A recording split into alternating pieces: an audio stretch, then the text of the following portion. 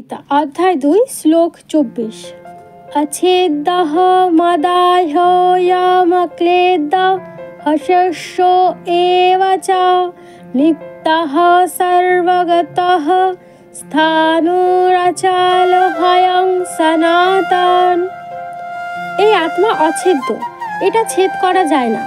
এই আত্মা অদাহ্য, অক্লেদ্য ও অশেষ্য, এটা জ্বালানো বা পোড়ানো যায় না, শুকানো যায় না।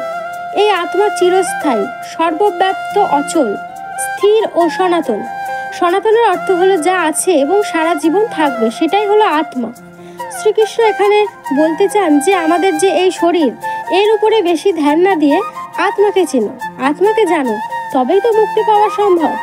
নয়তো মোহ আর দুঃখী হয়েই থাকতে হবে সারা জীবন।